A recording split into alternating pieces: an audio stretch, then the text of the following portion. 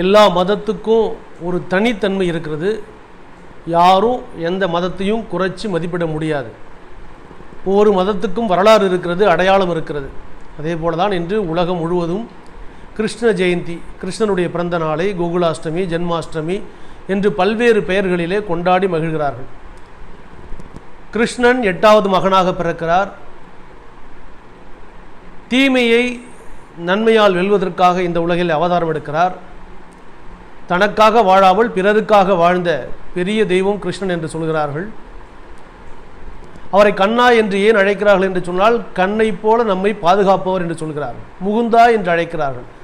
வாழ்வதற்கு இடம் கொடுத்து முக்தி அளிப்பவர் என்பதால் முகுந்தா என்று அழைக்கிறார்கள். ஒவ்வொரு பெயருக்கும் ஒரு காரணம் இருக்கிறது.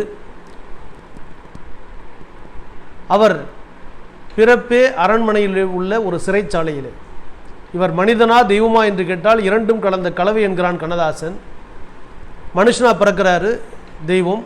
ஆனால் மனிதனுக்குள்ள எல்லா இயல்புகளையும் உணவில் தொடங்கி உடையில் தொடங்கி வாழ்க்கை முறை அனைத்திலும் மனிதனைப் போலவே வாழ்கிறார். மனிதனுக்கு என்னென்ன உணர்வுகள் இருக்கிறதோ அத்தனையும் வெளிப்படுத்துகிறார்.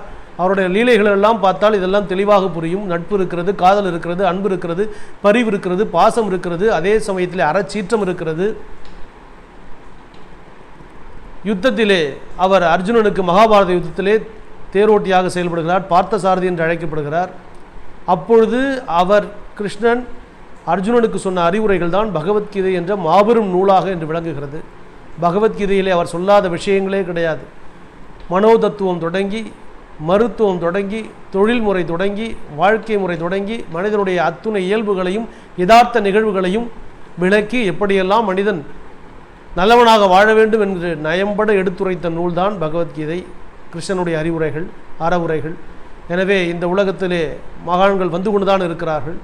மனிதனாக வந்து தெய்வத்தன்மையில் வாழ்ந்து மனிதத்தன்மையிலும் வாழ்ந்து இருவரையும் இணைக்கின்ற பாலமாக செயல்பட்டு ஜீவாத்மாவாக வாழ்ந்து பரமாத்மாவாக இருக்கின்றவர் தான் கிருஷ்ணர். அந்த கிருஷ்ண ஜெயந்தி இன்று பல்வேறு வகைகளிலே மிகவும் சிறப்பாக பாரம்பரியத்துடன் கலாச்சாரத்துடன் நம்பிக்கையுடன் கொண்டாடி மகிழ்கிறார்கள். அனைவருக்கும் வாழ்த்துக்கள். எந்த மதத்தை சார்ந்தவராக இருந்தாலும் அவரவர் மத நம்பிக்கைப்படி அவரவர் தெய்வங்களை நம்பிக்கையோடு வழிபடுங்கள். மதங்களை கடந்தது தான் ஆன்மீகம்.